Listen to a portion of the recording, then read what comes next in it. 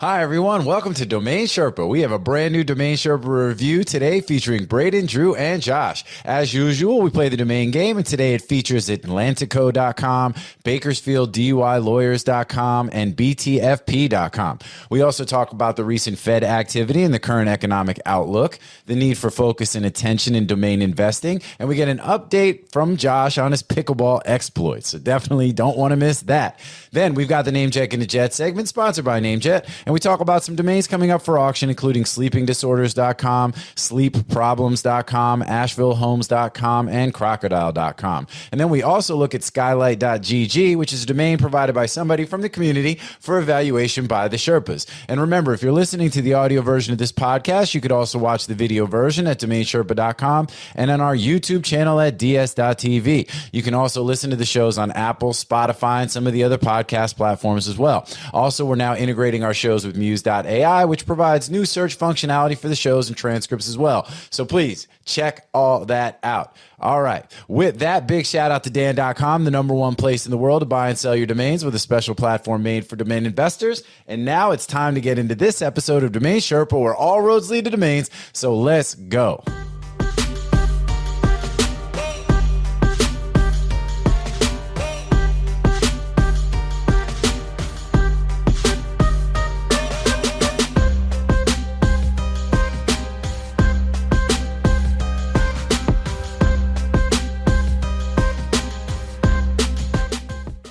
What's up, Sherpa Network? Thank you for tuning in today. My name is Jonathan Tenenbaum, a.k.a. JT, a.k.a. J-On, a.k.a. Sherpa Winfrey, and I'm the host and producer of Domain Sherpa, where all roads lead to domains. Today's show is a Domain Sherpa review where we get into the minds of successful domain investors using real examples to learn strategies and tactics to become more successful domain name investors ourselves. These are the experts, the best in the biz, some of my close personal friends, really more my colleagues and co-hosts than guests at this point, although we do have somebody we haven't seen in a hot minute. Spoiler alert, it's Josh. And but let's get into it. There are 4 segments to a Domain Sherpa review. We got the grand opening. That's where I intro the Sherpas. We see what's going on with them. We talk about some related things, some unrelated things, maybe get into some tangents. You never know. Segment 2 is the domain game. That's where we hear about what the Sherpas recently bought or sold. Everybody guesses. We keep scoring. Eventually, someday, give out some swag to the winner. Segment 3 is NameJetGonnaJet, sponsored by our friends at NameJet. And we review a list of domains coming up for auction on NameJet, see what the Sherpas like, what they don't like. And last but not least, we have grand closing. That's where we discuss anything we haven't already covered, what's going on in the domain space, looking at the market trends, current events, and allowing our guests to mention or promote anything they want to talk about that we have not already discussed.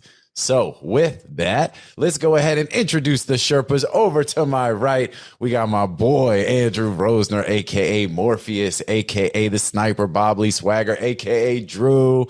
Drew got what I need, a.k.a. every Rosner has its thorn, a.k.a. never going to give Drew up, a.k.a. Graybeard, the domain pirate, a.k.a. Cancel Adams. That's it, man. That's all I got. That's it.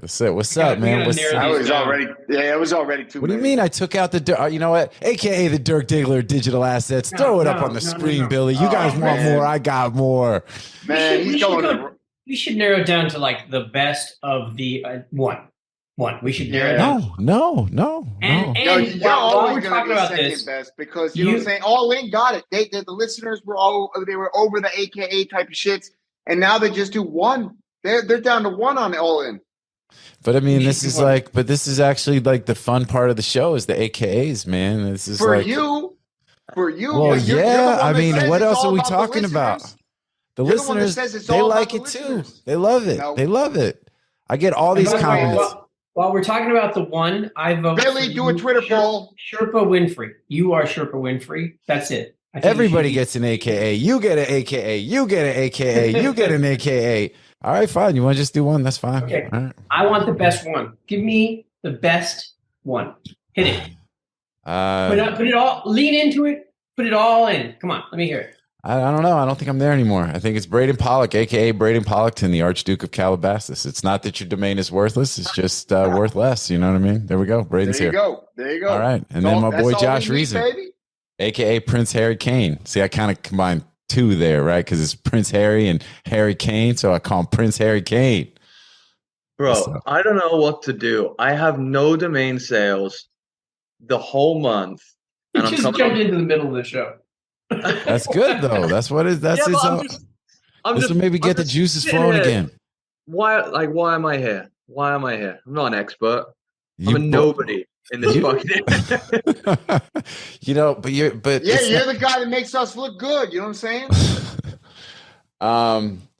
You have zero sales. I mean, maybe this will help inspire you to get back into the mix. You know what I mean? Don't you own like a domain trading platform? I mean, I bought a shit ton of domains. I spent loads of money on domains like an idiot. But yeah, so talk about that. I always talk about buys. I rarely talk about a sale. Yeah, it's true. It's true. Yeah, you buying names, right? Yeah. Overpaying like crazy for just like. All right, even better. Yeah, that's good. I'm not gonna talk about that shit so you guys can dump on me. Are you kidding? Listen, I'm the king of overpaying, but it only looks like I'm overpaying. Aren't we all overpaying right now? Because the auctions are nutso, and so we all have. But I will say, we're on the show. We can talk. So let's just jump into it. I mean, so interestingly, in the last week, 10 days, I think for the first time in like 2 or 3 years, probably 3 years, I'm actually starting to see, not in the auctions so much, but I'm starting to get some very good deals on the inbound. People coming to us looking for liquidity, or some of these guys that are out there hunting names coming to me for to sell them to me, and I'm getting a couple of really nice deals for the first time in a minute. Really? Yeah. Well, and I think we should use this as an opportunity too to just let people know, like, if you need liquidity in these times of lack of liquidity, you know what I mean, and you got domains, like, call me. Don't call holler. Call me. Listen, there is nobody in the industry that will pay you faster than myself. That's right. What? Bam. That's hands down. Like this. Listen to me. This is a known fact. This is a known fact. I'm the fastest payer in the industry. How? Quick draw.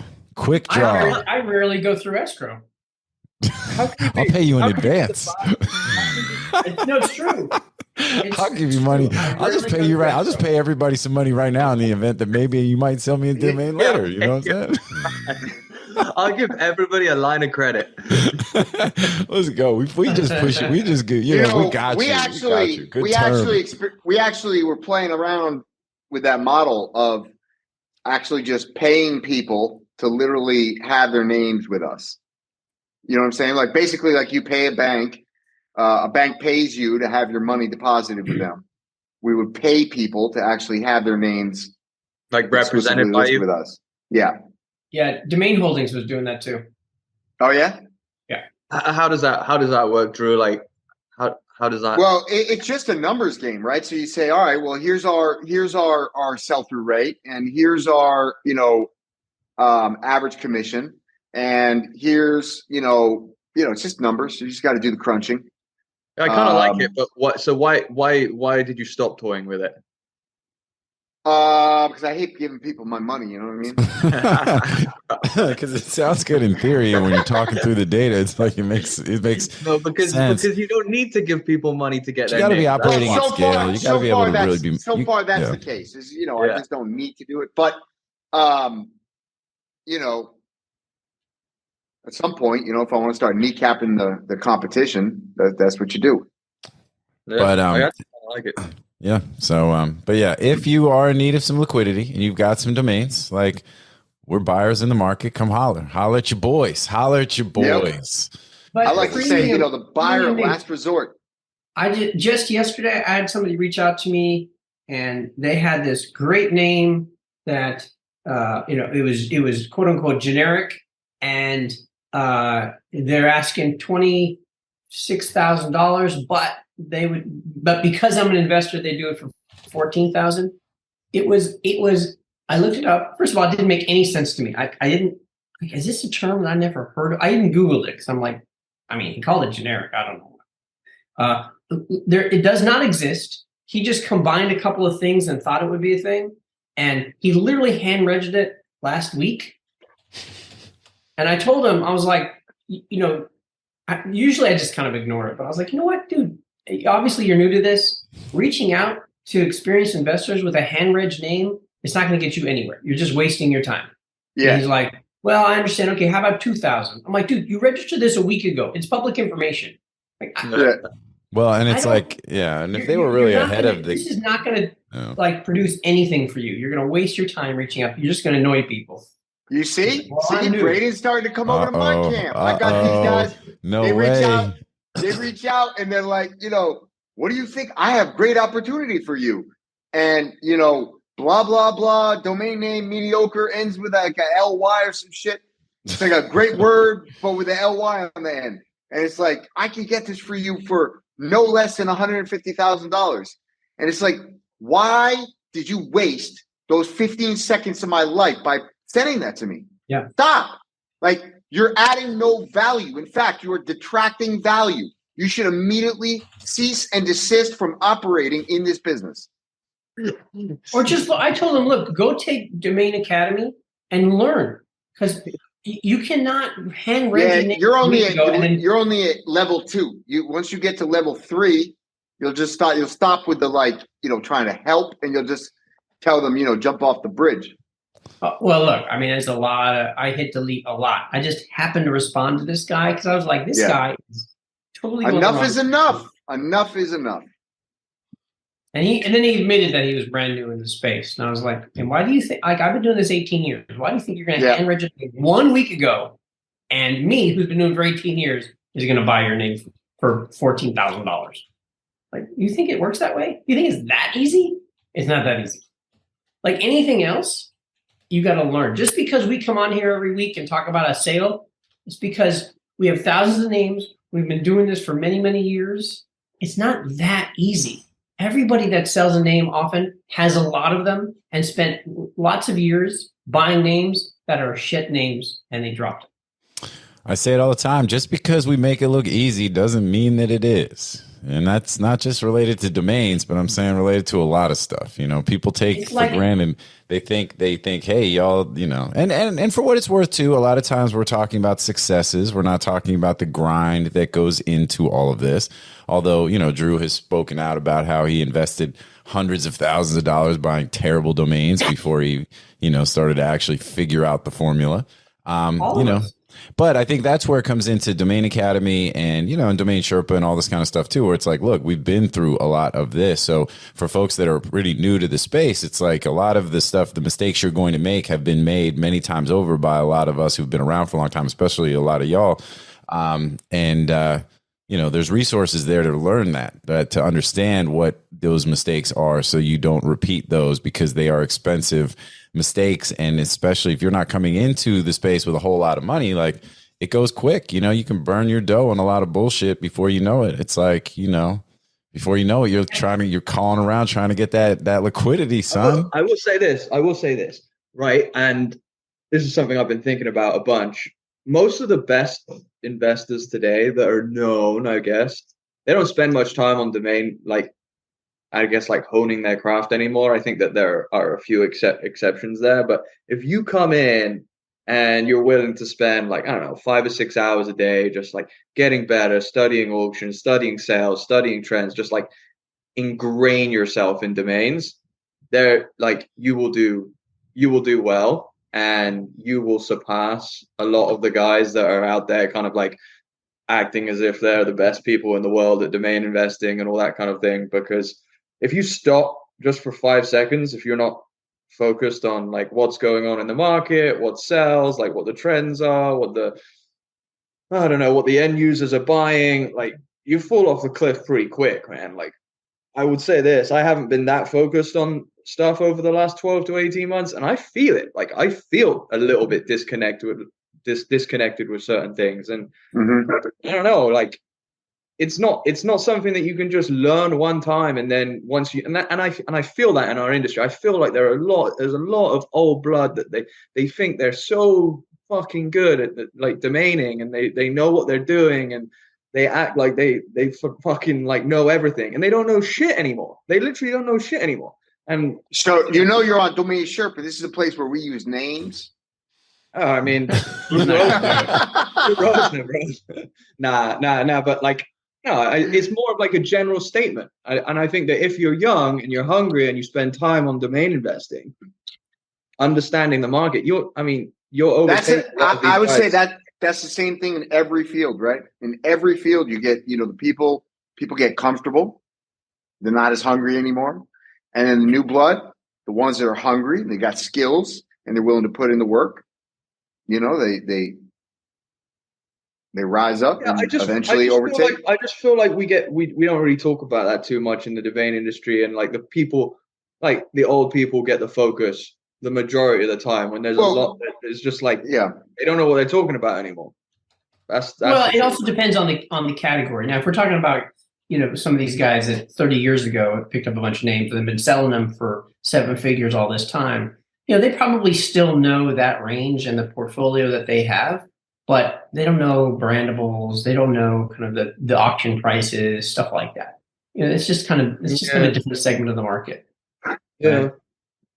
And I would add onto what you said about spending all day studying. We all did that years ago and got to where we are, but we didn't have the tools back then. There was no Domain Sherpa when I started. There were no blogs. There were no podcasts. There's no like Domain Academy. Now there's all these tools, and you can utilize these tools, and you can literally just study all this content that's being put out by everybody now, like by all the old school folks. And it's right there. It's right. You could learn it. Back then, like we had to learn it on our own. Didn't I just say this? Didn't I just say that? I personally feel like the industry is a bit stuck, a bit behind the curve compared to other industries, doing things that I just don't. There's something missing right now, and Well, I'll tell you. Okay. No offense to the guys that are trying to innovate. No offense to one of the things that I kind of am looking at, and I'm thinking and I know that you guys talked about it. I didn't watch it, but I know you guys talked about it. But like, in order to move the industry forward and to keep like bringing in new blood and innovating and doing things like ahead of the curve, I feel like there needs to be congregation in certain aspects where people get together and it attracts new people. And I feel like NamesCon is a big part of that. And I would love to see NamesCon do. Are we gonna go there again? We don't have to go. That's why I was doing this. I'm like, oh, okay, wait.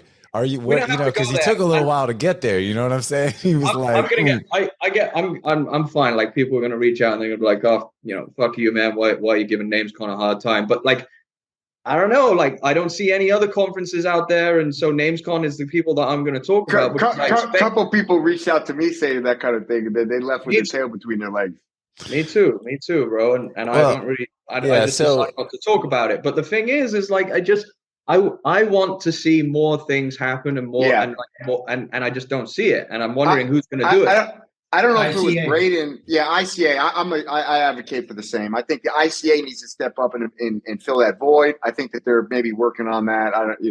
So, but I agree. I think the ICA needs to take a leadership position. They're in the unique role where they are unbiased and they are in a position where they are incentivized to work on the cutting edge of topics and things that are affecting domain name investors, domain name product and service providers. I think that they are in a unique position to really fill that vacuum in a meaningful way that everybody will get behind. And I unfortunately didn't make it to the last one, but I've heard nothing but positive feedback about the last ICA event. It was great. Yeah, it was kind of like, it reminded me of back in the day when they were smaller and most people knew each other. And there wasn't a lot of fluff. There wasn't a lot of sponsors and people that paid to get on stage. And I'm not hating on NamesCon because you have to do that. They got to pay the bills and they got to make money. The ICA is less about making money, right, and more about getting exposure for the ICA and of course raising some funds. But it's not about profit, right? It's about kind of supporting the ICA.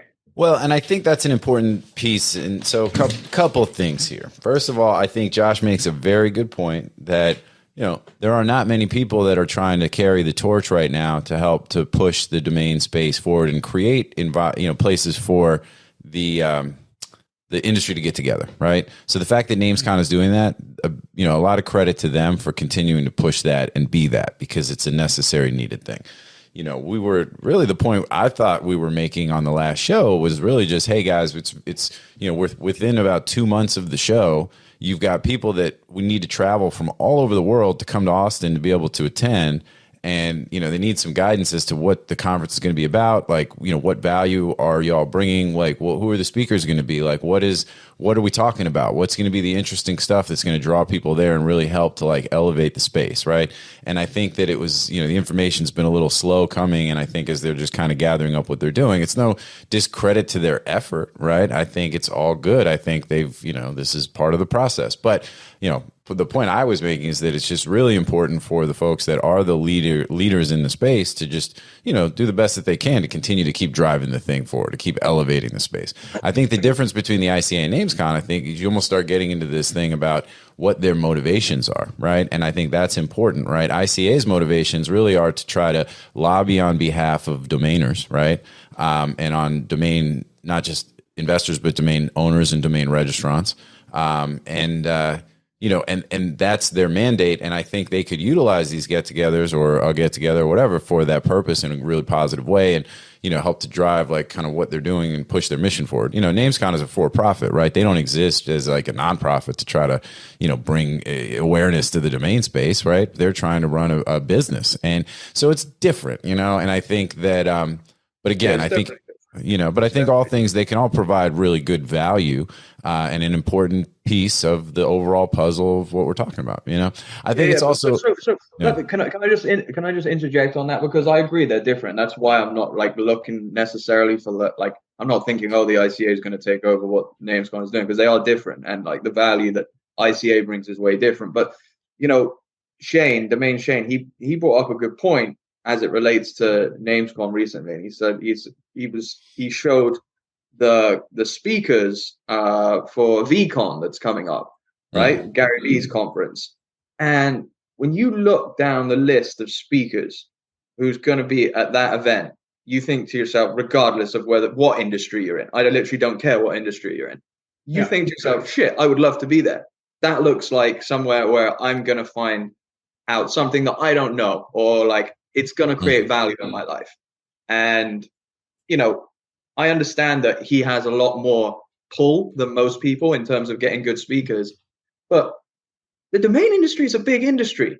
And listen, like there needs to be a way to pull in people that are more interesting than what we currently pull in. Like, I'm not an interesting guy. I shouldn't be that, like, people shouldn't be like interested to come and listen to me talk at NamesCon. Like, I'm nobody. Find someone that is gonna like create some excitement.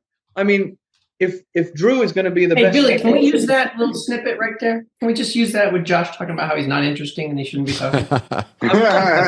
I'm not though. I would much rather see, someone that's famous, someone that, I'm gonna be like, oh cool, I listened to him speak and he was, I enjoyed meeting him, or or whatever. Or he brought value to my life, or I heard him say something that I haven't heard anyone say before. Like, I know what people are going to say at NamesCon. Yeah, and I think that's a really good point. I mean, and I think that's where we came. We said, hey, look, we've had, there was Kim Kardashian, and some of the I forget, like they started rattling off people who appeared in the past. All right, I'm bored. Let's move on. Anyway, but yeah, so it'll be interesting to see how it plays out. So, all right, you guys want to get into the domain game? Go ahead. All right, Drew, you got to buy or sell? Let's go with. I got a little bit of both. What do you want? You tell me, man. Like sale. Yeah, sale, because then you get to tell us what you bought it for and all that good stuff. All right. Atlantico.com. Atlantico. All right. Like Atlantic with an O on the end. Atlantico.com. I actually don't know what this one sold for, so I'm in the mix.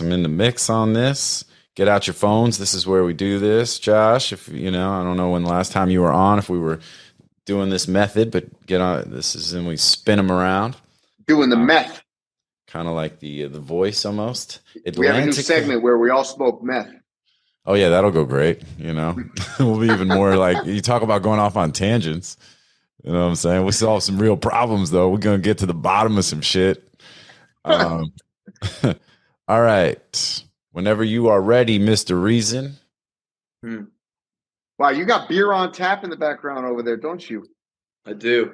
All I feel right. like you've done, Josh. I feel like you've done some work in that room, man. I feel like the office is like, you know, is that wall? Did you all do some new stuff on that back wall? Is that? Yeah, Christine has been messing around in here. Looks sharp, man. Looks like a little, you got some subway tile or something. I'm glad you turned the lights on. That's cool. You know what I'm saying? In the beginning, like, you know, I thought you were going to be like, it's cool. The darkest stormy night over there. Exactly. They're like Blair Witch Project. He's like way up in the camera and he's like, I'm so scared right now. All Okay. right, let's flip them things. All right, Josh, here we you go. got a whole, yeah, there we go. All right, boom. Oh, we got a pretty good spread. For those of you who are only listening and not watching, Josh is at 4,000. I'm at 15,000, and Braden is at $40,000 for Atlantico.com. Atlantico.com, and the winner is.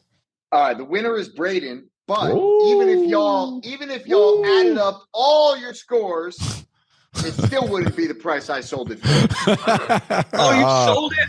You sold it? I thought you bought it. My bad. You gotta be. Come on, man. Pay attention, man. It still wouldn't have been above Braden though, because like even if you said 10x, you know, if I bought it for 4 and sold it for 10x, you'd still be at 40 where Braden was. All right, Yeah. so our total amount added together was just about 60 G's. So what did you actually sell it for? Well, the total added together, if you go back to first grade math, would be $59,000. I said about 60 G's. Come on, man. What are you talking about? I'm trying to make it easy for the listeners. And I sold it for 60. 60. Okay. Okay. So I would have said that. I would have literally said 60K. Swear. And so what can you tell us about it, and when did you buy it, and how much did you buy it for? I don't know the answer to those questions. You know what I mean? You're making this hard. Well, That's what she said. That's what she said. All right, here we go. Ready? So you know how this works. It's the first time on the show. You know what I'm saying? It's like, yeah, that's it. He's You just should review the rules. bought this name For $4,000. 2014. I don't know the price, unfortunately. Let's see. I'd have to go to the inventory. Let's see. Let's see if we got it. oh. But anyways, it means Atlantic in Portuguese, maybe in, I guess, in Spanish too. Spanish. And I always liked the name. I paid $7,500. Okay, 7,500. So almost about a 10x, but you know, almost a 9-year hold. So you know, solid result, decent chunk of change coming in, and but You that's paid a lot for that back. I mean, 2014, you said? Yep. Yeah, you paid a lot for it back then. Yeah, back then, you know, I bought a lot of Spanish keyword domains. At that time, I was living in Panama, and I was proactively trying to buy some of these Spanish keyword domains. And yeah. And in general, how's that worked out for you? Actually, quite well. I mean, all of them were more or less long hold times, but I've sold quite a few of them, you know, for good money. I mean, you know, Vita.com was definitely the best one. That got rolled into, you know, very significant profit plus equity. I got to check out how they're doing, by the way. Yeah. Yeah, I've had a few doubles, triples, a couple home runs. Vita was the grand slam. But I like them. I think they make great brands, even for non-Spanish speaking companies. Yeah, I think I have a couple too. Well, you and I have Electrico.com together. We do. And I think I grabbed the .org. I think I added to our little holding there. Yeah. On that topic, I'm gonna get little food for thought. See what you think.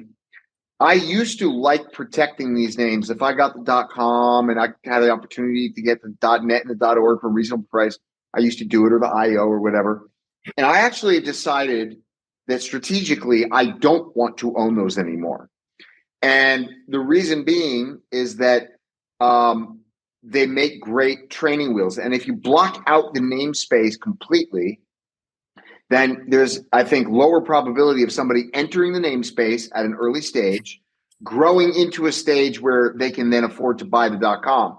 Whereas if you allow somebody to get in on the IO, the co, the org, the net, whatever, and then they grow up, 3 to 5 years in, they got a B round, they got some money, they got cash flow, and they say, oh, time to upgrade, right? What do you think about that? Because the reality is I think I've only ever sold like the full package, the full Monty of the .com, the org, the net, above, whatever it was we owned. That's only happened to me a few times. Like you're not going to sell the package, but if you don't sell the IO or the org or the net or the co, then somebody else will. So it comes down to that. Yeah, and also you could add the plural, which sometimes makes sense, sometimes doesn't. Mm-hmm. But I agree that it should be priced so that someone can step into it at a much, much lower price point. But I like controlling it because I want to be the one that sells it at that lower price, and then have the relationship.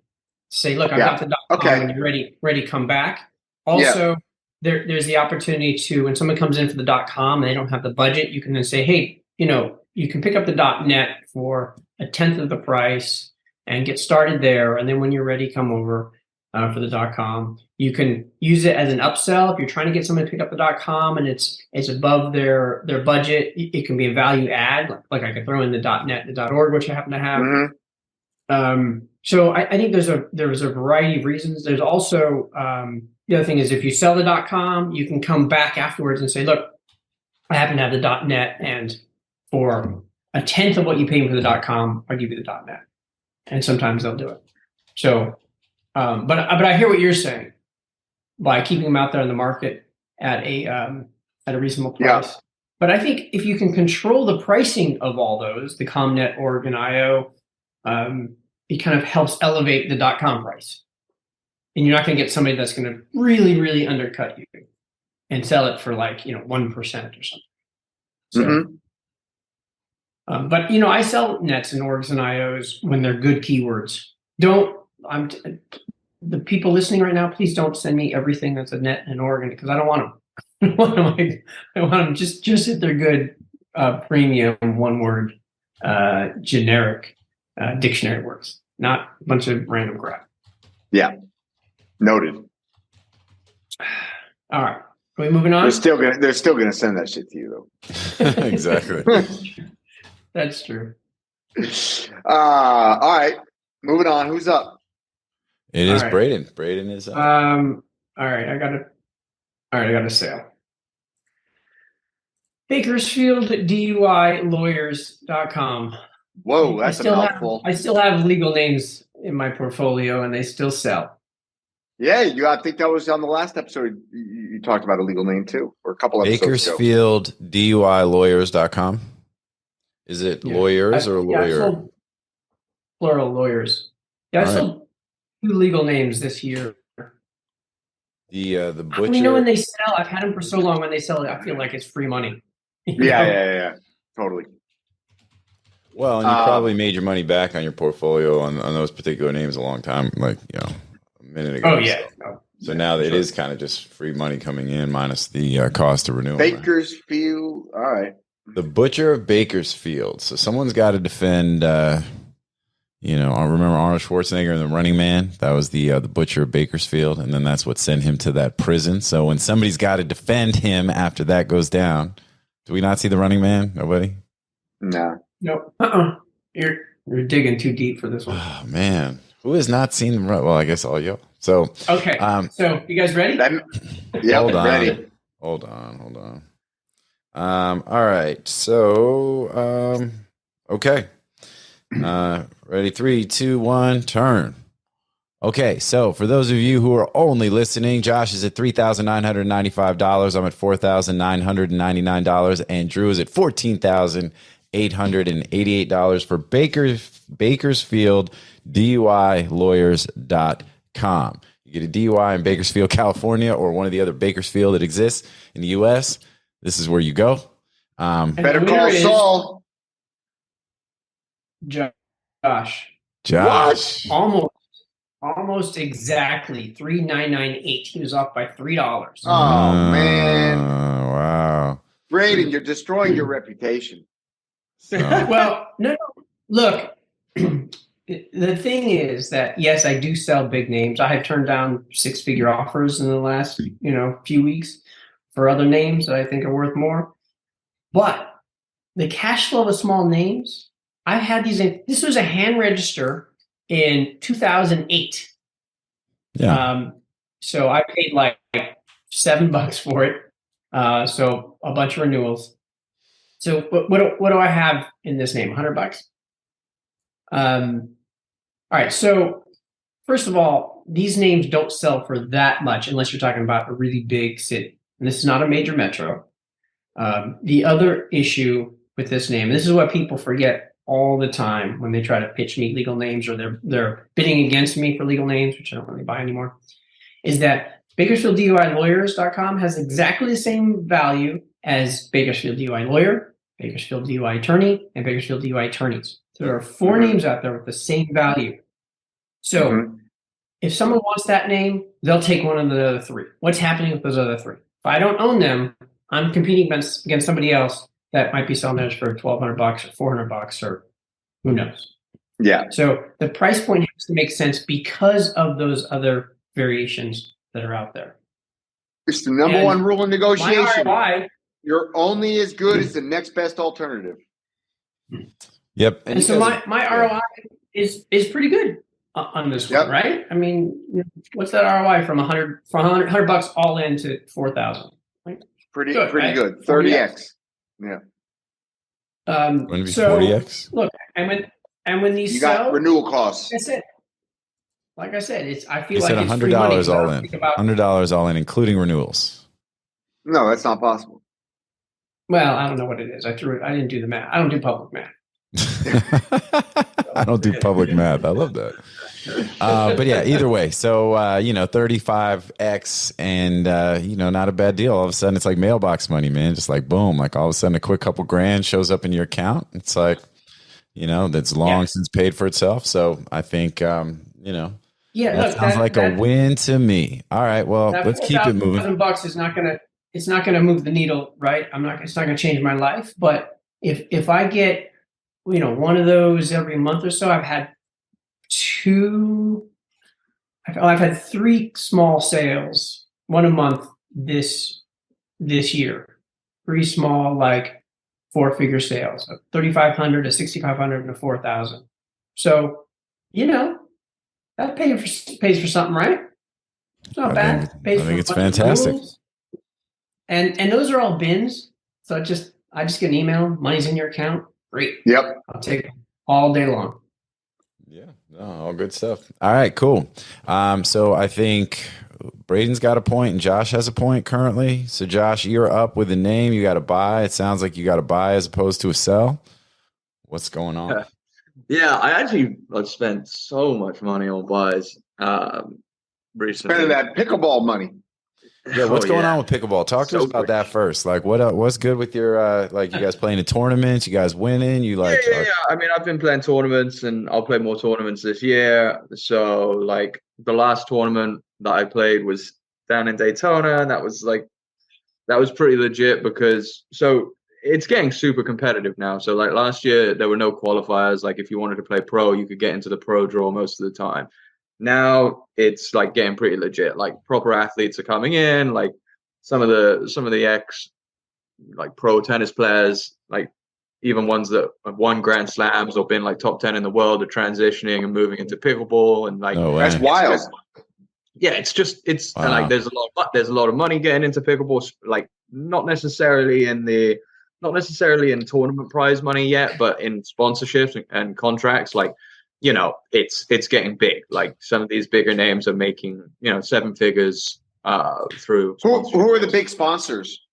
So Franklin, Joola, Joola, that they're like big in the ping pong world. Yeah. These are paddle and equipment manufacturers, by the way. Yeah, Selkirk is a is a pickleball one specifically. And is there anybody outside of that world like is Rolex or like Skechers are getting into pickleball like pretty significantly. I think Adidas are starting to sponsor a few players as well.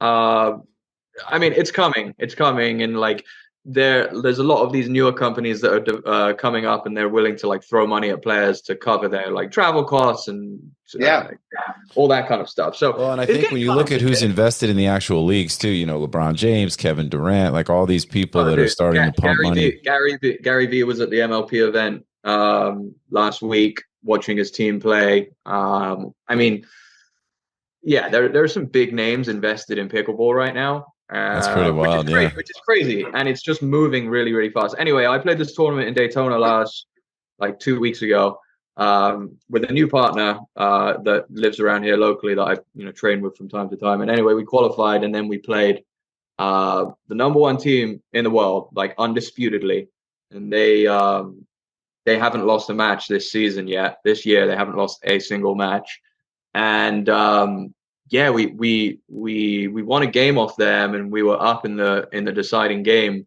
And yeah, dude, like we had like a pretty large crowd for pickleball watching, and we were getting pretty fired up, and it was good fun. We ended up losing, but if we had won that match, it would have been like the biggest upset ever in pickleball, basically. Oh man, let's go. We got to get the rematch, man. We got to turn this into like a sports movie, like a Rocky type of deal. I know. The problem is like I think that I could kind of compete with the best if I was, full time, just going to be training every day and traveling.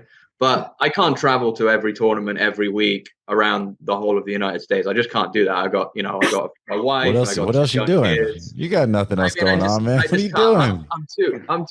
I'm kind of too old. No, this needs to happen, man. We got to turn this into the sports movie. We need the montage of you training, running in the morning with the kids, like on your back, like, doing that whole thing. And then like, the scene where you go to play in a tournament and there's the fight with the wife and then she shows up anyway and supports you in the championship when you guys beat those motherfuckers. Let's go. Let's go. I mean, honestly, the no sales this month just kind of just like hits home kind of hard. It's like, dude, you need to focus on your, like, here's the thing. I'm always going to make a lot more money from domain investing than I am from pickleball. Right. So at the end of the day, it's just going to be, it's fun for me. And like going out and playing against that team a couple of weeks ago and, going out and playing with the best, like, that's why I'm doing it. Just, for those fun moments. Yeah. No, I enjoy it. Well, I think I'm not going to be able to compete with those guys week in, week out because I don't know. I'm just at the wrong stage of my life. 10 years ago would have been the time. Yeah, but like, look, I mean, I'm all like in on the sports movie aspect of your journey here. You know what I'm saying? So we need to keep that in mind. But well, I think you bring up a couple of really interesting points. First of all, I think the stuff about pickleball is fascinating. Just watching something like kind of blow up and take on the the life and the momentum that it is just really super cool. It is. For you to be right in the mix of it, I think is super neat. And, but it also brings up the point you said earlier about domaining, which is if you're not focused on it, it's like anything. If you start to just stop paying attention, stop putting in the work, like you're not going to get the sales. The stuff doesn't just operate all by itself. It's not the kind of thing where you can reach a point where you're just like, oh, I can set it and forget it. And, so I think that's also interesting. Well, it also comes down to focus, right? Like, I think Drew's talked about this before. I've definitely spoken about this multiple times. It's like, if you want to be good at something, you need to focus on it, right? And over the last 6 months, you know what I've been focusing on? I've been focusing on getting fit and playing pickleball. And I have not been focusing on domains at all. I haven't been focused on any of that shit. And like, I can tell, like, I can see it. Like, the results are already starting to come. And you need to focus on what you want to be good at. And if you don't, you're not going to be good at it. Simple as that. Yeah, so that's good life advice, So, yeah. But I'm having fun. I'm enjoying it. But yeah. And y'all went down to Daytona. Y'all went down to Daytona Beach. Yeah. What a shithole. Daytona Sorry. is a shithole. We went down there for a friend's birthday party, weekend type thing not too long ago. And we're like, man, we had a blast. But when it was time to go, like we left the hotel at like 6:30 in the morning. You know what I'm saying? On some like, I think I left my clothes there. That kind of shit. It's like Atlantic City, New Jersey. It is. It's like it is. It's like Atlantic City, and it's it is very similar. I haven't been in AC in a while. I know that they were doing some things, the Borgata and a couple things that have helped a little bit down there, or up there, I guess. But lipstick on a pig. Exactly. No doubt. But all right, well, cool, man. I got a domain. Here we go. I'll do one let's do BTFP.com. Okay, 4letter.com. BT. That's a buy. BTFP.com. If you want to Google it real quick in case you don't know. No. That's cheating. We're all going based off of. We're going based off of instinct and just immediate knowledge. All right, so BTFP, it's a buy. All right. BTFP. All right, y'all ready? 1, 2, 3, flip it. All right, so we've got Braden at $2,500, me at $3,000, and Drew at $7,888. So decent spread, but all kind of in the same pocket. What's up? Are we? How'd we do? BTFP is the new fucking put everybody's debt on the Fed balance sheet program. Oh no, it's just a matter of time till Drew was like, Josh was just pumping me. I knew it. He was just like, I need an in. He was like, I need an in. I want to talk about it. Let's go. Somebody mentioned say the word Fed. Hey, I fed my kid yesterday. Oh, speaking of the Fed, let's talk about. Hey Josh, you want to tell us what you paid for? So actually, out of all of the ones, I got a pretty good deal on that one. I think I paid $1,400. Ooh, 1,400. Wow. All right, so that means that was me then. Oh no, that was Braden, and then that means Braden. Imagine if there was a correlation between the value of that domain and the expansion of the Fed balance sheet based on that program. Just imagine. So it's funny. I don't know who the buyer for that would be, but I don't know. I'm sure Balaji. You should sell that to Balaji. I guess there might be brokers that get involved in that kind of thing if it expands out or not. I don't know. Look, you can be sure if there's a new program, somebody's getting rich on it. But, that's without a question. But hey, so it's funny because you had mentioned something about, do you want to check and see what it means? Which is why normally if it was just a regular 4character.com that had some decent letters, I probably would have been in the range of what you paid for it. But you gave it a little extra something like, oh, hey, this is like, so why'd you buy that one in particular, and what were you referring to, and what's the plan? Just anytime that you see like a new thing come out like that, just as a domainer, you kind of check like, hey, what's up with that domain? A couple 100 billion among friends, no big deal. So I was just checked it out, looked on the marketplace. I think I saw it for sale somewhere, and I was like, oh, I'll take it. I'll take a punt on that one. And buy the fucking panic. Yeah. So bank term funding program, right? And that's the program. Yeah. It came out after the Silicon Valley bank debacle. All right. Well. And I guess there's still like lots of info coming out on like how it's going to work and what it means. So I don't know. Yeah. So did you immediately? So you see that the fund, the program gets created, and then did you come across the domain, or did you start searching for it? I just looked for it. I wanted to see what it was, if it was like for sale. And then where did you find it? I think it was either GoDaddy or Sato. Was it a buy now? So you were like, all right, I'm in. I just bought it. $1,500. I just bought it. Yeah. I'm surprised you got out ahead of it in front of Drew on that one. You know what I mean? That's like actually like Drew was sleeping, I think. So no. So the truth is, I just don't know who the buyer is. Right. Exactly. On a name like that, you know what I mean? I would probably buy, especially for $1,400. I'd probably buy it just to like use it to, I don't know, mess with some Just corrupt BDE. politician. Yeah, just like send everybody to somewhere. I don't know. I don't even know. You know what? We're not even. It's fine. We don't need to get. You don't need to get poisoned on a park bench. But I think the.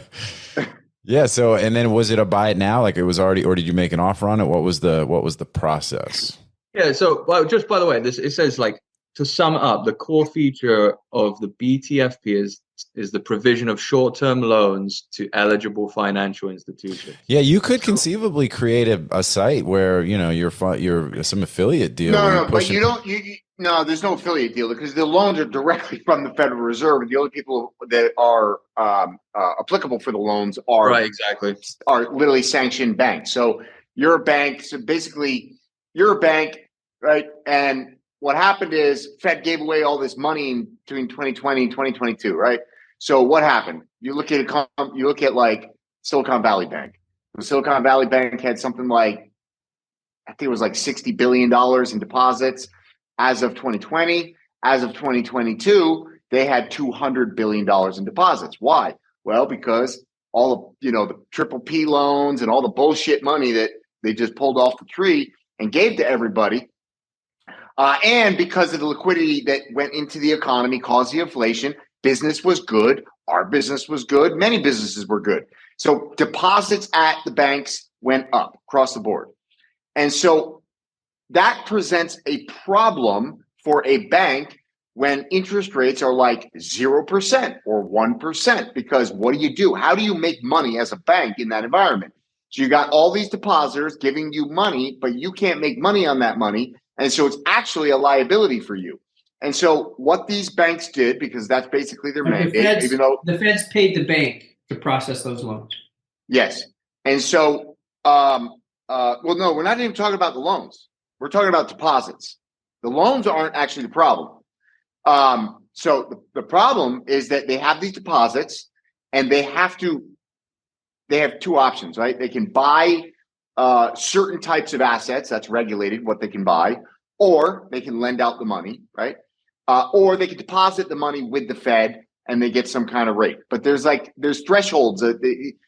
Certain amounts of capital have to go into each of these buckets, right? And so basically they took this money, and in some cases it was mismanaged, but they took the money and they went, because the Fed told them, literally, Jay Powell's words, we are not even thinking about raising rates, right? And so what did they do? They went out and they took these short-term deposits and they bought long-term treasury bonds. So 10-year and 30-year treasury bonds.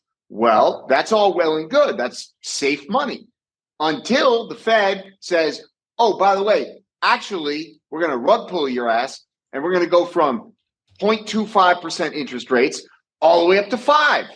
And so when you jack the interest rates over an 18-month period of time from basically effectively 0 to effectively 5%, what happens to a 10-year treasury bond that you bought with a coupon, of basically nothing, right? To now I can buy a new 10-year bond with effectively 4%. Well, what happens is the value, the value of that bond in the market, if you have to sell it, right? Sure. You can hold it to maturity, but that's 10 years or 20 years or 30 years. But if you have to sell it because everybody wants their money, everybody's pulling deposits, running the bank, then you have no choice but to sell it in the open market. And then you have to then mark to market the value of that asset, which is now impaired by between 20 and 30%. When you add up that loss on, $200 billion of these assets, they end up with a $20 billion hole in their balance sheet. And so they basically wiped out all the equity in the company. And so what the Fed did is buy the fucking panic program, the BTFP. And what they did is they said, okay, we're going to buy your shit assets at full value. So you bought $1 million in treasury bonds and it paid 0.5% interest. We're going to give you the $1 million back, right? Or in this case, $20 billion, right? We're going to give you the value of that at par value. We're going to loan you that money for 1 year. And that way, we're basically shoring up your balance sheet. Okay, you can use the money we're lending you to, cover with deposit withdrawals.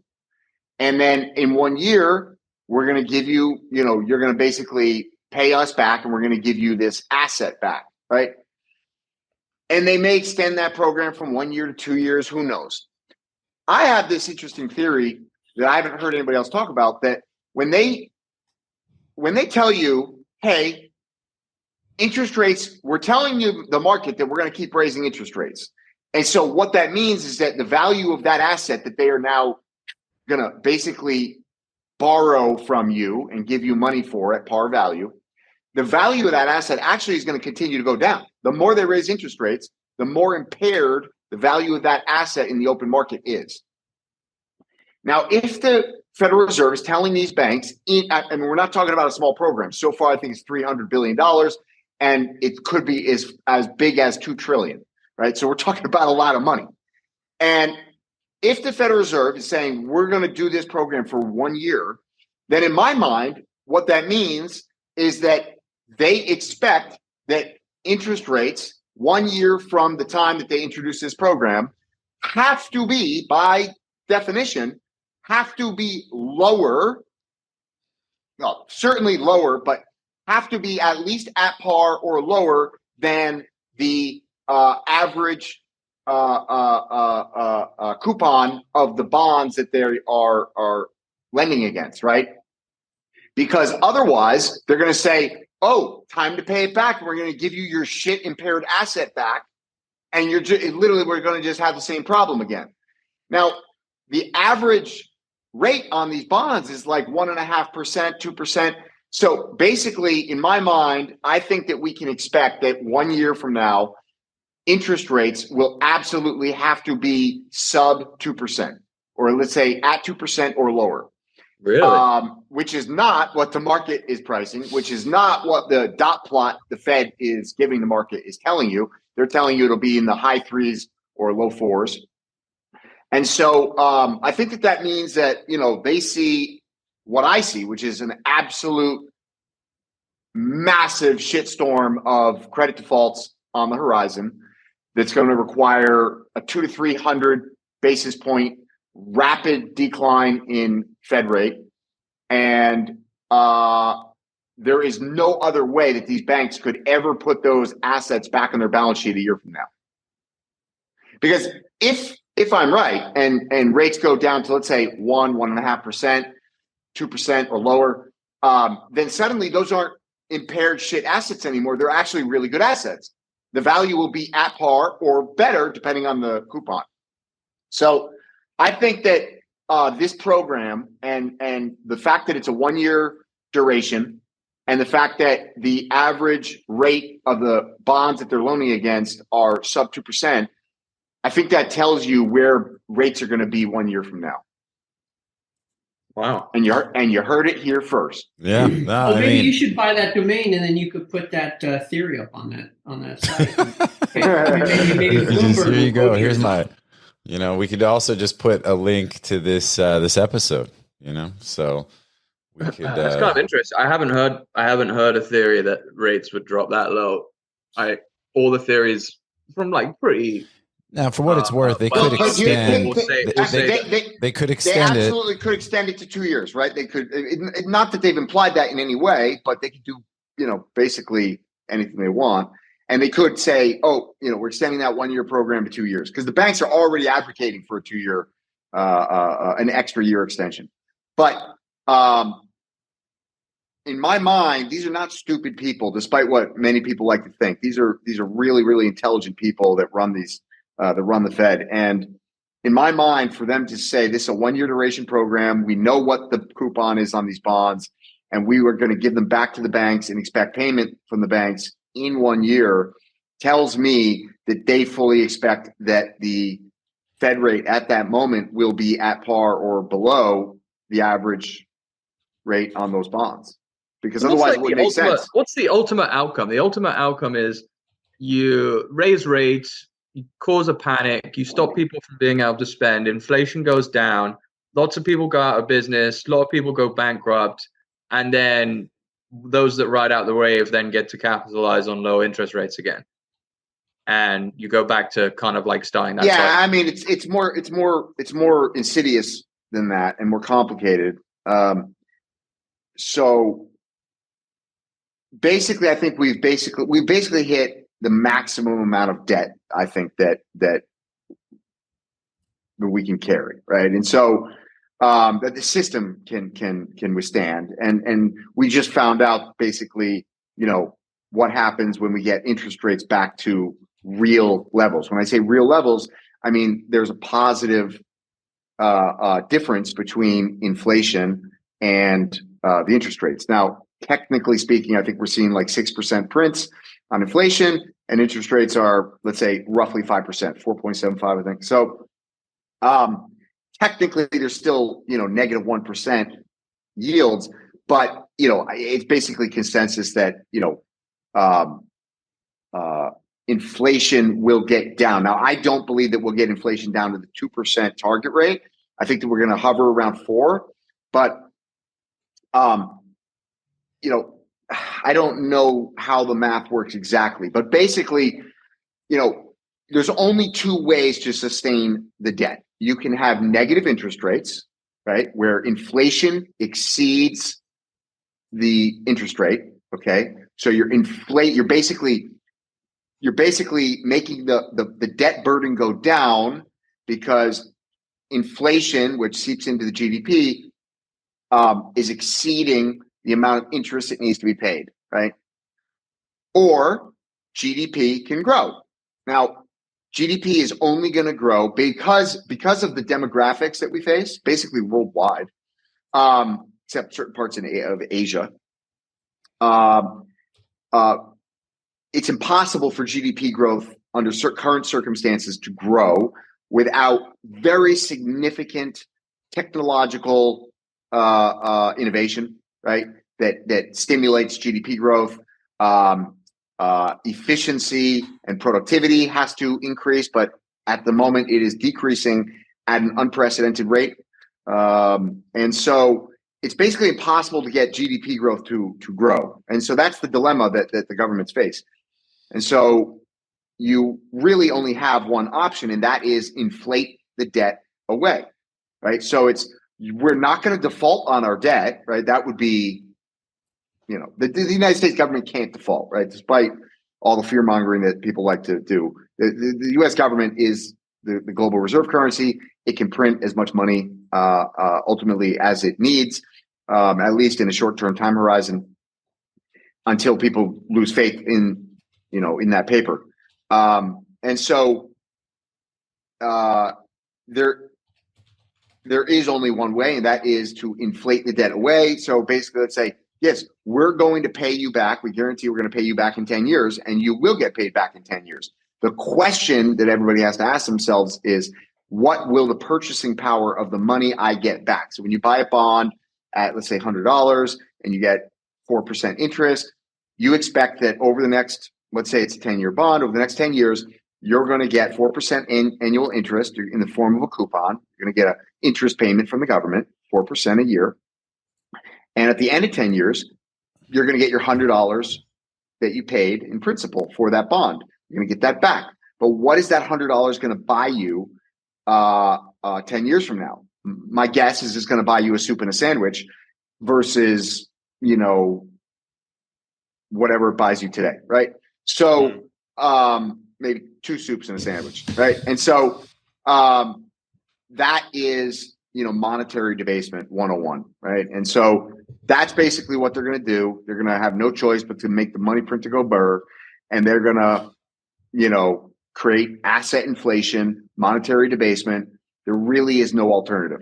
What they're doing right now, though, as you sort of inferred, is they've got their foot on the brake and on the gas at the same time, right? That's what just started with this BTFP program.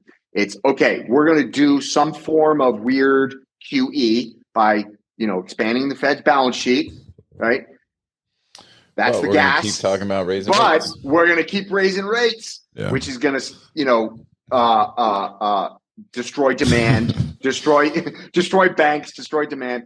Now, I actually think it's a calculated objective. I don't think it's collateral damage. I think it's actually a calculated objective to destroy a lot of these banks, consolidate them.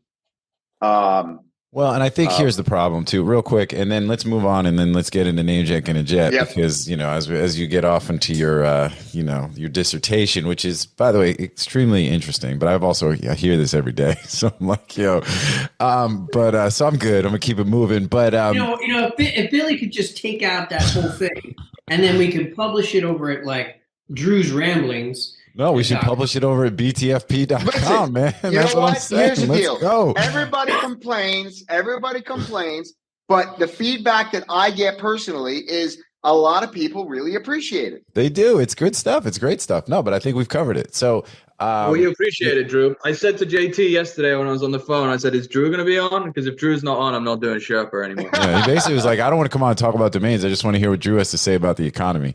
And so I was like, yeah, that's fine. And I said, he'll be here. But the point I was going to make real quick is that, I think the unfortunate thing, and I've said this a lot, is that when you talk about trying to slow down the economy, right? Like that sounds okay. That sounds, hey, we're trying to do something positive. But what that really means is like, we've got to create a lot of negative pull, right? People have to lose their jobs. Like companies have to go out of business. Like, people have to default on their fucking debt. Like there's a lot of stuff that has to happen to lead to an actual cooling down of the economy. And that means it's a lot of negative stuff for a lot of people, which, they're really just trying to pick their poison in a lot of what they're doing. And it is, it creates this, it's messy. It's very, very messy. And, it's not easy. And, but I think the key thing, just like anything, it's like trying to understand what's happening, try to understand how it impacts you, try to understand where it creates opportunity, mitigate your risk, and take advantage of those potential opportunities. So to that end, I will reiterate what I said earlier, which is if you need some liquidity, and you've got some premium domain names, holler at MediaOptions, and we can see if we can help you out. So, and with that, let's go ahead. We've got the BTFD program over here. You know what I'm saying? We're going to take all your encumbered domains, all your impaired domains, and we're going to put them on our balance sheet. Yeah, let's go. But for real, I think that's important that people, they lose sight of the fact that we acquire a lot of domains. We have a good portfolio. We continue to build and grow. So, and as by people the way, do, a premium domain name is not something you hand registered last week. Yeah, well, we're going to get into some of that too. MediaOptions is the industry's leading domain broker specializing in domain acquisitions, high-value domain sales, and domain name consultation. As pioneers and thought leaders on the subject of the domain aftermarket and domain name value, plus through their clear domain acquisition service, MediaOptions offers startups and established corporations an unparalleled scope of high-value domain options, providing access to domain names and curation technologies not available elsewhere. MediaOptions believes in the power of a great domain name and is dedicated to helping you obtain yours. Call or email today to put a domain to work for you. So let's talk about some premium domains that are otherwise available on NameJet. So we're going to slide into segment 3. I have to remember where we are on the show and keep it moving because we got a list of names coming up for auction here on NameJet. So let's talk about some of the detail there. As you guys know, this section is sponsored by our friends at NameJet. We will review a list of these domains going to auction. We're going to talk about what the Sherpas like, what they don't like. We've got a list of domains here. It's about 18 names. Actually, it's not even about 18 names. It is 18 names. Hold on. I'm trying to find it. I'm trying to find my list. Where did I put it? All right, here we go. And we've got the yes about appraisals. Take those with a grain of salt. On the, you can go to the DomainSherpa website, go to the actual episode post for this show. I do want to say thank you, NameJet. You have made some of the repairs and improvements that we had called out on the show. There are still more to come, more things that need to be done. But for example, Best Deals, I think, was one of the names that you guys are advertising. And when you go to that page, it's all messed up. It's like one of those things, but it's like, the code's all like, blah, blah. But the Esteban appraisals work again on the show, at the bottom of the landing pages, and look, I mean, I think it's I also don't have the loading error when I go, when I there's no cache anymore in the daily auction pages. Yeah. So No, we some look. of that stuff we got give fixed. credit where credit's due. While we're on the topic of NameJet do better, I just want to say that this morning there was a NameJet and of course Snap Names email that went out with their exclusive featured domains. Yeah. And today, Great Deals is one of them. The other one is slams.com. And the comps that they use for slams.com is just, other premium 5-letter domains, including Chill at 1.6, Vista at 1.25, and Check at 1 million. Now, slams is not worth 7 figures or even close. Just because it's 5 letters does not mean it's a premium domain name. Yeah, so, I agree. NameJet, do better. Yeah, do better on those comps. Do better on the comps. The comps that's really ridiculous. it makes me like kind of want to vomit in my mouth. Yeah, that's like Esteban or just where it's like, well, this is what the algorithm says. Yeah. Like no human looked at this before they put this email out. Yeah, we had a client that kind of did like a NameJet comp type of shit. They were like, they paid us for an appraisal, and then we sent them, the appraisal, which I thought was already being generous, and then they came back and were like, well, they gave us like 10 of the biggest domain sales in history. And we're like, well, why aren't these comps? And it's like, well, because those are really good English words. And your domain name is not a word or English. But other than that, perfect. But other than that, it's got the same number of letters. That's kind of what it was. Well, hey, look, everybody's, the endowment effect, everybody's going to overvalue their stuff. And everyone at the end of the day is just trying to make their money, trying to make that paper. And, but yeah, speaking of paper, if you go to the list, you download the sheet. I don't know what it has to do with paper, but it does have the about appraisals, the amount of back orders as of the time that we record the show, how many days left in the back order period as of the day the show airs. All of these are expiring domains, which means that they're going to go to private auction, which means if you want to participate, you've got to have a back order in before the end of the back order deadline period so that you can participate. And then we also include a couple other data points as well. We get no affiliate benefit from this, just so you know. So really, this is just trying to help y'all. Hopefully that is the case. And with that, let's go ahead and dive into the list and see what the Sherpas like, what they don't like. Let's make some noise. Slams. No, not that. Not it. All right, go ahead. Go ahead, Josh. What you think, man? Let's start with you. You gonna start with me? Okay. So I I can't believe is that gonorrhea on there? Gonorrhea. America's favorite STD. Yeah. I thought about not including that one, because I was like, is that just, but I don't know. I mean, it's a valuable domain. And hey, look, if you got gonorrhea, first thing you're going to do is go Google it. Oh shit! What do I do about my gonorrhea? All right, we're gonna go past that one. I think AshevilleHomes.com is low key one of the most valuable names there. I mean, rich people love Asheville, right? And I mean that's the perfect one for rich people and poor hippies. Yeah, well, and Asheville is one of these areas that's, it's growing and it's getting more and more popular. I think the people who've been there for a minute, are they're unhappy with the fact that you have all these other people trying to come in there now. It's a beautiful place. It's super cool. Rick Schwartz and Mike Birkins. Yeah, they're get off my lawn. You know what I'm saying? Get off my lawn, hippie. As is the way. Those not familiar with Asheville, not Nashville, but Asheville, North Carolina. It's a very cool hip town that's both like hip and high end and old school hippie at the same time. But it's a really cool town. Yeah. That's the perfect version of that domain, right? There's so many different ones. Like you get Asheville real estate, Asheville houses, all that kind of. Asheville Homes is the the best one. So, and there's a lot of gentrification and redevelopment happening in Asheville. And shout out Danny Rosner, my cousin.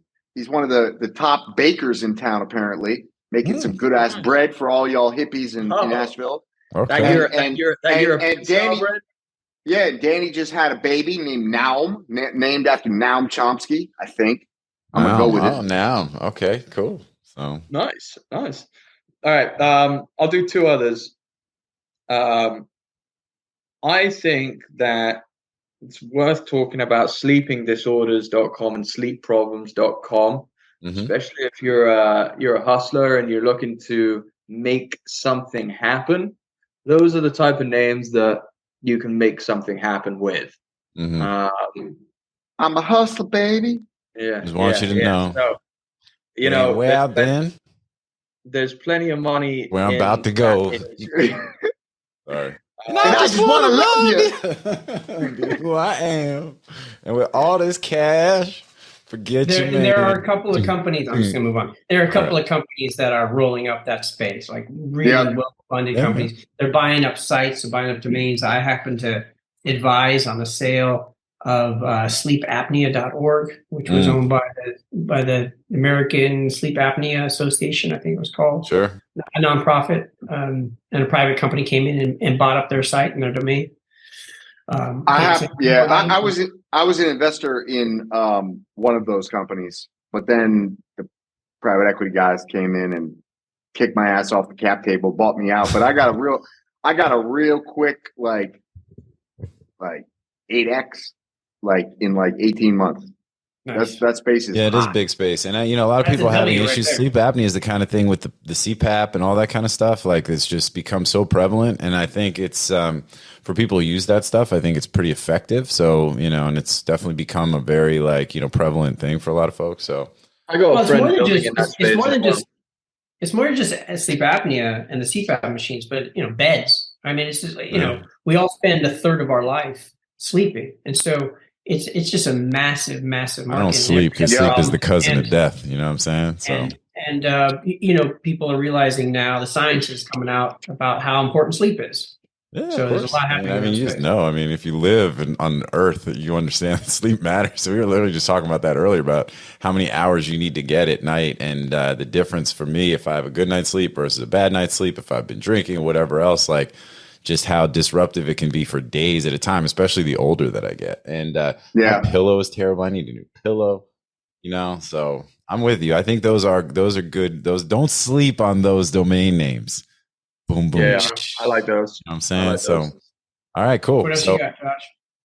I think, give us one more. Give one you don't like, and then let's move on to the next. One that I don't like. Archery.org. Like, why? Yeah. Indoor. That one's not hitting the mark. What you got against archery, man? It's not hitting the mark for you. I like the bullseye.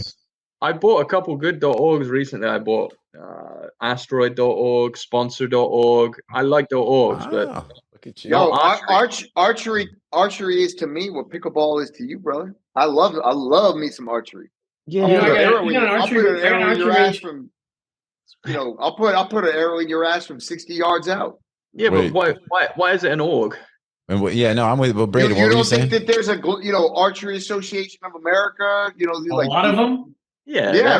They're operating on archeryorganization.org or some crap. Wait, man, Braden, you said there's an archery range where?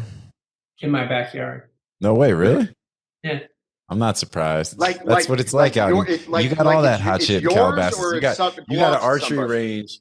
Like you guys you shoot bow and arrow on horseback in at your crib though, right? Isn't that kind of part of the deal? Or you ride on a straight up big old seahorse in a big pool? Yeah, he does the Putin. He rides around with the shirt off, shooting off horseback. Pop. I got Mongolian style. I set it up where I got a rack for my equipment, right, and a table, and then I shoot across my creek. I got a bridge across the creek. Mm-hmm. The other side of the creek is where I set up all the targets, and I got a target for a recurve, target for a compound, and a target for axes and knives. Look at you, axes and knives. So you'll appreciate this. You'll appreciate this. I just made one of my best hand registrations in a really long time. I just hand registered, just because I was thinking about archery the other day. I hand registered straightbows.com. I used to be nice. I used to be nice with a straight bow, which is the hardest bow to shoot, by the way. It's literally a straight stick that you pull, put the string on it with tension. You got no sight. You got to hold the arrow on the edge of your finger. You got no clip on the line for the arrow. It's everything old school. It's like, cowboys and Indian style. Isn't it called like a plumb bow? You guys must be like, you guys are rich as shit if you guys get into like all the detail on these different bows for recreation. You know what I mean? Like, no, you know what? When I was a kid, my Boy Scout counselor, like the head of my Boy Scout troop, was actually an Olympic archer. And so he had this huge field behind his house where he had a sick setup for archery. And we would go there and shoot. And then we started going in the winter. We'd go to, there was this big warehouse in Pawtucket, Rhode Island, where we go and shoot compound bows. We were shooting recurves, behind his house. And then, but at the indoor thing, we were shooting compound bows. And then once I got good, I'd go out and do a little hunting. I shot a lot of squirrels. I mean, how do you like that, Mr. Vegan? Oh, I don't like that part. So, all right. So archery.org is not a favorite for Josh. Totally get it. Let's keep it moving. Braden, what do you like? What don't you like? I like Crocodile. How can you not like Crocodile.com? Let's talk about Crocodile.com because I'm hoping this one goes all the way through, through auction. Yeah, me too. Because this I name think it will. I think it's a private listing. Is it spelled incorrectly? No, it's an expired name. No, actually, I don't think so because it's got a 30-day. It's got a 30-day runway, and it's over at Fabulous. There's a bunch of names over at Fabulous, like gonorrhea.com, crocodile.com. Well, no, but that's just because. Hold on, let me tell. There's something not right about that, by the way. Something not right about that. Well, it's possible that it's somebody letting their stuff go. Into. Is it expired? Is it expired, or is it a private listing? Oh, it is a private listing, and there's no. Yeah, I think it's a private listing. Oh, all right. Well, hey, so but it does look like a no reserve though to me. Yeah, it is no reserve. So let me go ahead and correct the record then. So we do have a handful of these names. So they're all no reserve domains. So there may be a few on this list this week that actually are not expiring domains, but they are also private auction type. So it means it's the same thing stands, and there's no reserves on these. So that's always a prerequisite. We never, unless it's like a mistake when we're procuring the list, but that it's always no reserves, and almost always expiring domains. But yeah, all right. Well, that's interesting. So yeah, now I'm going to kind of go through the list a little bit while we're doing the show to see if there are a few more that are these private listings. Isn't crocodiles that isn't it like that drug people like? Turns them into like zombies and they start eating people. Oh, kind of like bath salts almost, like that type of shit. Yeah. Oh, yeah, it is. They mess with it down in Florida. I saw they got all that shit down here. I saw a video. I bet it was in Daytona Beach. I saw a video of this dude running around naked, okay? And he jumped on another dude on an overpass. This dude was just casually walking down the overpass. And the naked dude that was hopped up on Crocodile jumped on him and literally started eating his face. Yes, I think that's some terrible, scary shit. But like but no, look, I'm looking at these. These are expiring domains. These are all expiring. And because of that, you should not bid on crocodile.com. So, ladies and gentlemen, stay away from Crocodile. Stay away from Crocodile. Leave it to people like us who can handle it. But these are all expiring from what I can tell. So unless somebody's letting them run out beyond the expiration and they're going to grab them last minute type of thing or whatever. But it's interesting because Barry Hill on our last show on Down the Rabbit Hole was saying how certain folks, this was an issue at Epic where certain folks will wait till the last minute to renew because that's how they manage their budgeting and whatever else, and they'll actually let them expire and then still renew them because most registrars will give you this back order, this grace period to renew your domains. Not back order, I'm sorry, your expiration grace renewal grace period actually is what's called. And then Epic changed the timing, and then that caused all sorts of chaos. But not to go back down that road, but I think it'll be interesting to see if these go all the way through.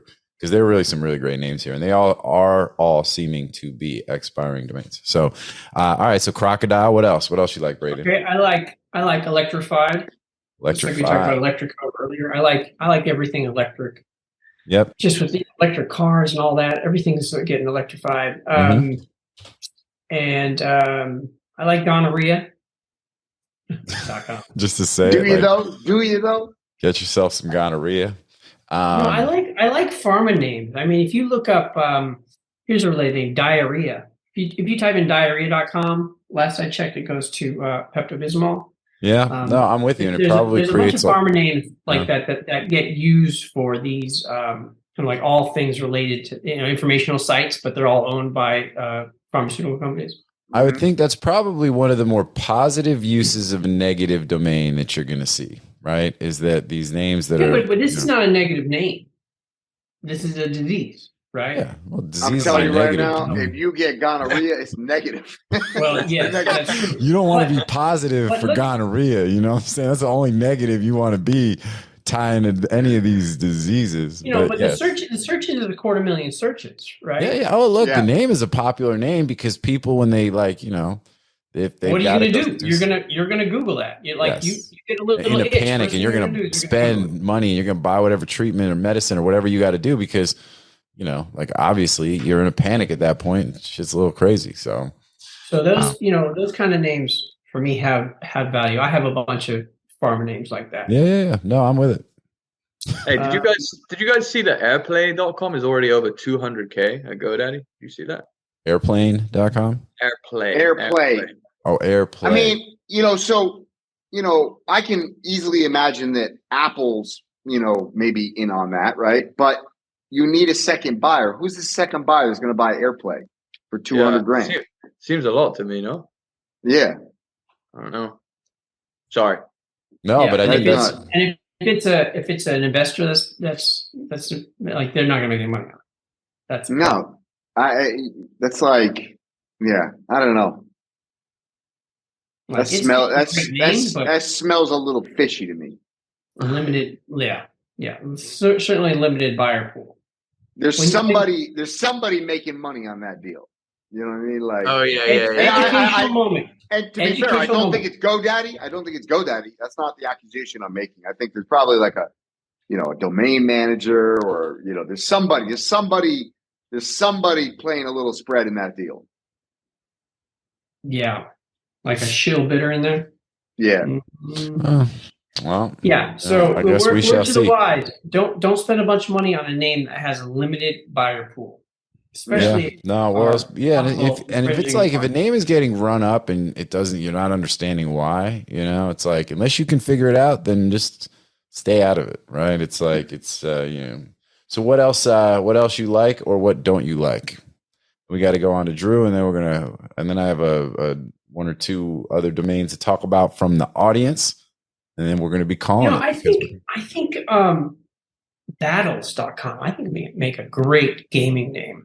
Mm-hmm. To me, Battles is one of my favorite names on the list, because I think it does create, like you said, like you could create a whole gaming type of situation. There's a lot of cool shit. Jump in, JT, and say every time you ask me about a name, I start to talk about it. Then you interrupt me to give us your opinion of the name. So, are you the MC?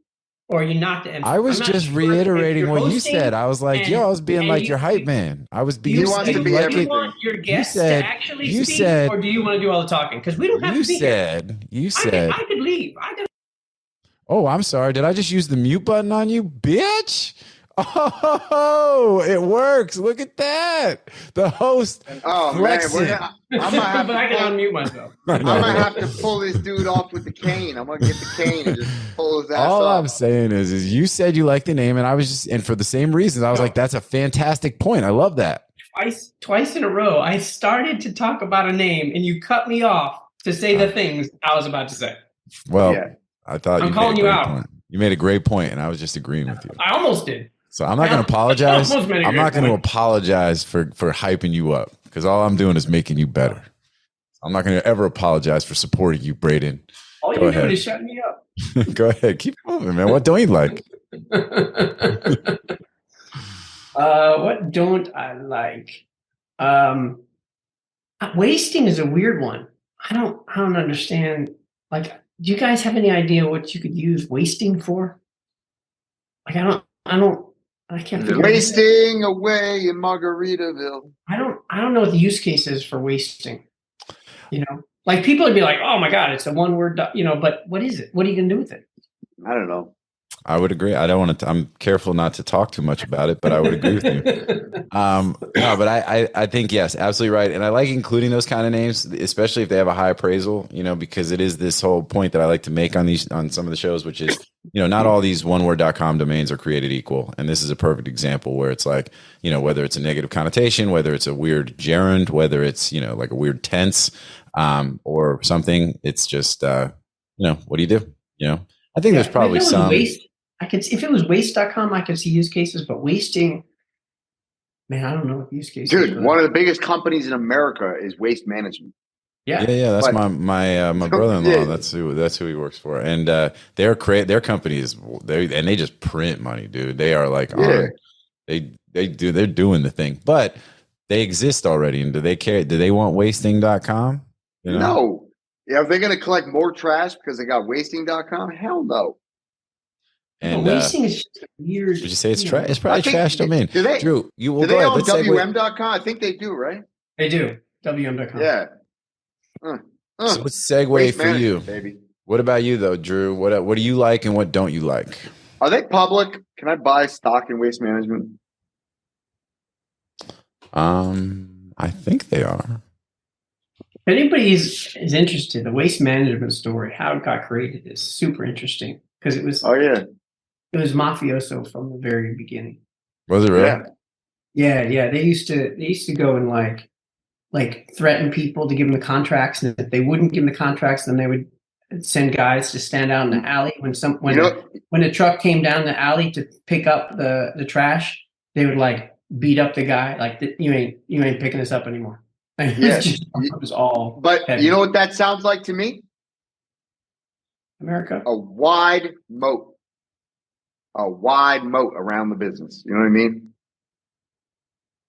because they would beat people up for contracts. Yeah. Beat up the competition. Yeah. Sounds like a good moat to me. That dude went out. He raised a bunch of money. He went out, and in 1 year, he bought like 90 waste management companies. Yeah. Like he just went on a roadshow, went up and just bought. And I bet he got all of them for 5 cents on the dollar. Exactly.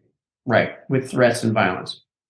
I think they actually even do that in their orientation. I think they say, "Hey, so you may have heard a little bit about our history and this and that." Like, I think they literally diffuse that like in the orientation to let people know, like, that's not how we roll anymore. You know what I mean? Like, yeah. So. The same guy started Blockbuster and then Republic Industries, which is all those car companies. Same guy. Yeah, Wayne Huizinga. Wayne Huizinga. Wait, he's the guy who started Waste Management? Yeah. He also owned the Florida Marlins for a second, I believe.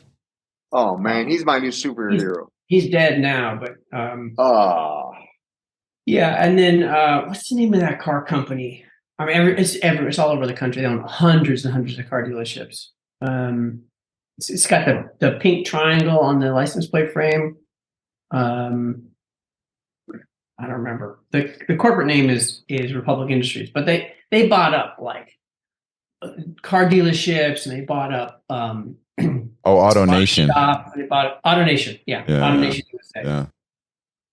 So same guy, Blockbuster, AutoNation, and that was back in the junk bond days with Charles Keating and Mike Milken and all that. That's how they raised all that money. Oh yeah. So. Oh man, I wish I want to. That's a great business. It's an interesting story. And the one thing you can be guaranteed of is that America is just going to have a lot more trash. So absolutely. All right. Well, Drew, speaking of trash, you got names that you think are trash or names that you think are gems that to be found within the trash. What do you think of the list? Well, I personally really like archery.org, and I will be bidding on that. Okay. I like electrified.com, but probably for less than what I think it'll go for. Yep. Now that we talk about it. Yep.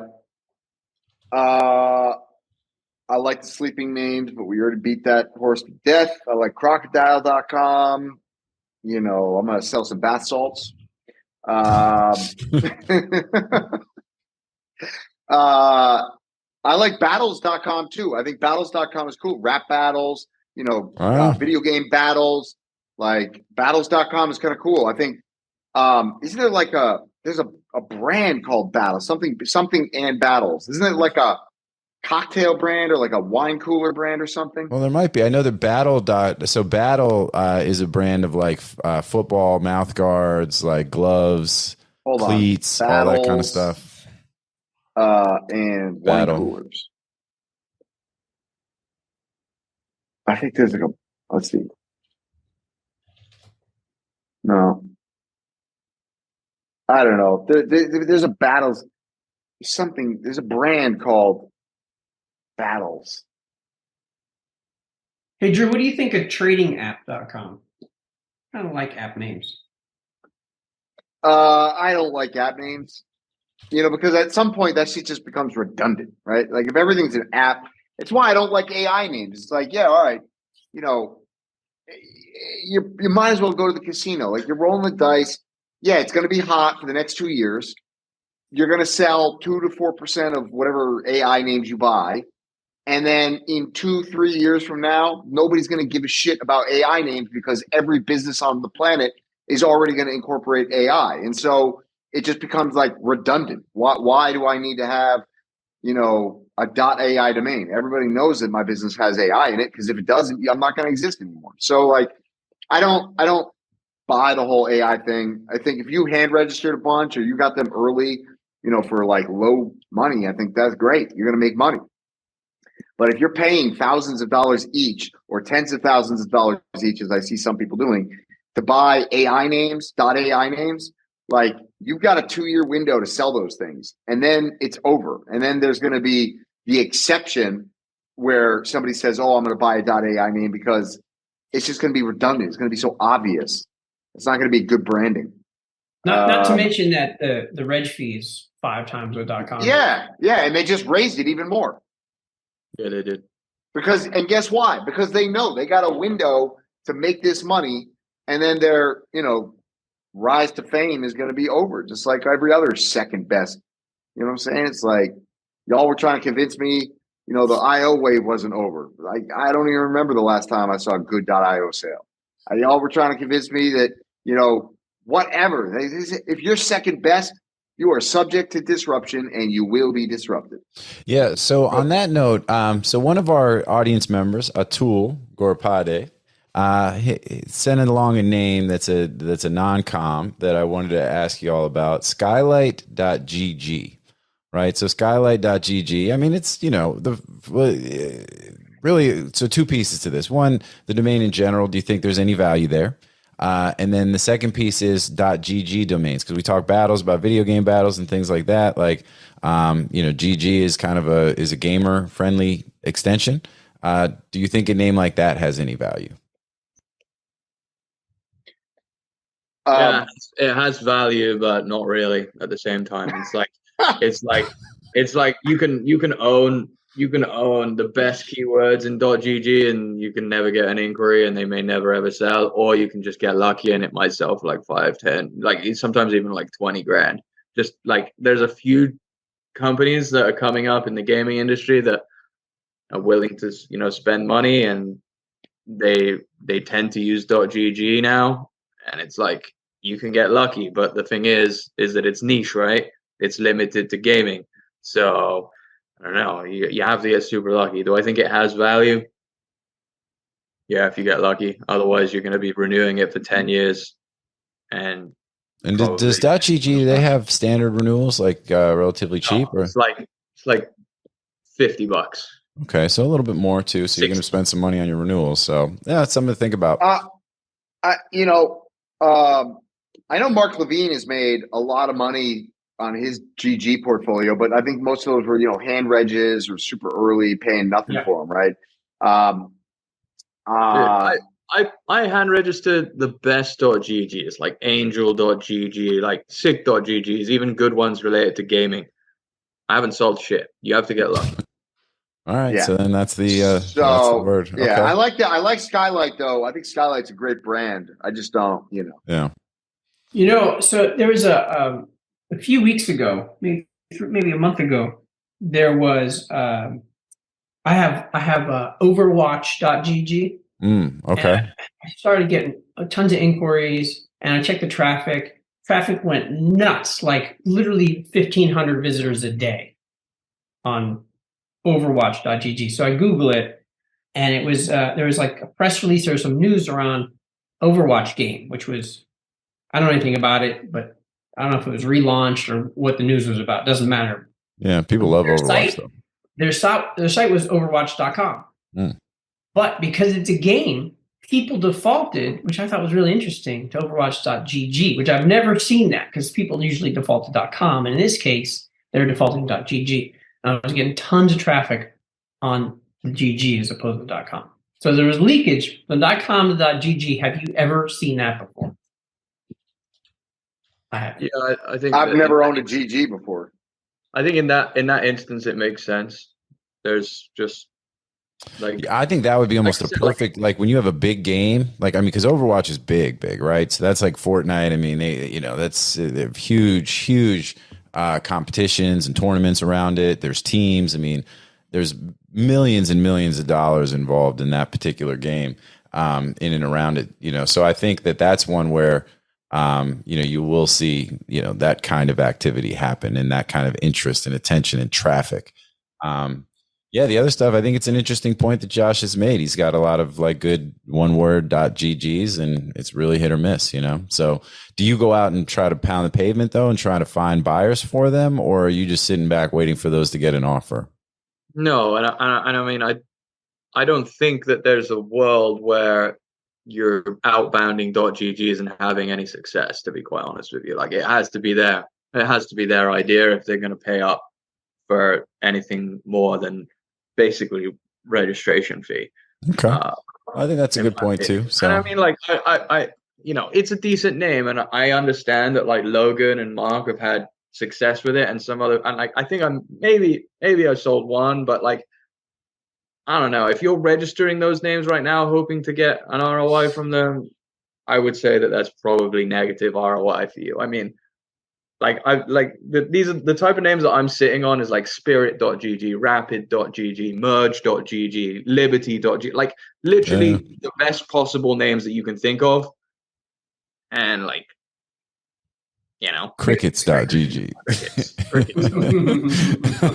All right. Well, no doubt, man. Well, that's good. All good feedback. Shout out to Logan Flat. Shout out to Mark Levine. And shout out to Tool for sending that domain along for us to talk about. So, all right, cool. Well, we went through the list. We did the NameJet thing. Anybody else got anything before we go? Because we are running up on time. We heard about Josh's most recent pickleball exploit. So, good luck, homie. You know what I'm saying? Let me know the next time you're playing close. Like if you got a tournament happen here in town, because, I'll be up there. Like, I'll bring a sign. We'll bring the kids. Like we're going to get loud, bro. We're going to get like super loud. We're going to bring that number one team to town here, and you guys are going to beat them here at home. It's going to be epic. Let's get loud. Let's get loud. I'm trying to build some courts here, man. Like that's my next venture. Well, I feel you. That's I'll be in on that venture. Well, let's have a conversation. We got some things we could talk about, man. We got some stuff, you know what I'm saying? Like, let's go. I just need to find a good piece of land, get some little warehouses built up, and get some indoor courts going. Fucking, I'll make a killing, but I just need the land. The land is tough. Why you want to do it inside? What I mean, because there's a lot on the outside. There's a lot from like outside now. Like there's loads of courts, but that's because it's a better business. No, it's not. It's because it's just cheaper. It's easier access. There's and the places where they've built some of these courts are existing tennis courts and outdoor parks and things. But keep in mind, like, you are fighting the elements, you're fighting the heat, you're fighting the rain. It gets really hot here, where elderly people like to play pickleball, right? And they don't like playing in the heat, but they do like playing in the middle of the day, right? No, they like to play like 6 a.m. when nobody else plays. Well, they also like to play like you can't play in the afternoon in the summertime because it rains and it also rains every day here. Every day. So look, let's talk about it. You know what I'm saying? Let's talk about this pickleball venture. Let's make something happen, man. Find me the land, bro. So we know. Give me the land. How about that? Give me the land, and then you can get in on the venture. Hey, I I'll just gotta start get my own. going. All right. All So right. you have anything else to you got anything else to chime in with or talk about? No. Nope. I was asking Braden. Nah, NamesCon's coming up. You guys aren't coming. I'm gonna go. I'll be there. No, I'm an I'm MC. super. I'm gonna I'm take your super role. supportive. I hope it turns out to be an amazing event. I'm not completely off the fence, but I'm likely not going to be able to be there. But I know Drew can't make it. So, Josh, you're not going? Nah, just not excited. Wait, what are you talking about? You can't go. You're going to be here, aren't you? Oh, all right. Well, I mean, I was trying to be like, fence sitting on about it. You know what I'm saying? Like, oh, maybe we'll see me there. It's all good. We're not super negative. All right, we won't be there. All right. Well, hey, but one place we will be is right here on Domain Sherpa, where you can catch me and my squad, my co-hosts. I want to thank you guys for being here today. And to the audience, I want to thank you guys for tuning in. As we say on every show, without you, there's no us. So thank you so much for tuning in. Let us know you got any questions, comments, good, bad, ugly. We're not hard to find. Send us some more domains to talk about. We're always going to do that. And, we're going to keep it moving, do what we do. And we'll see everybody next time here on Domain Sherpa, where all roads lead to domains. Peace out, y'all. We'll see you soon. Bye, guys.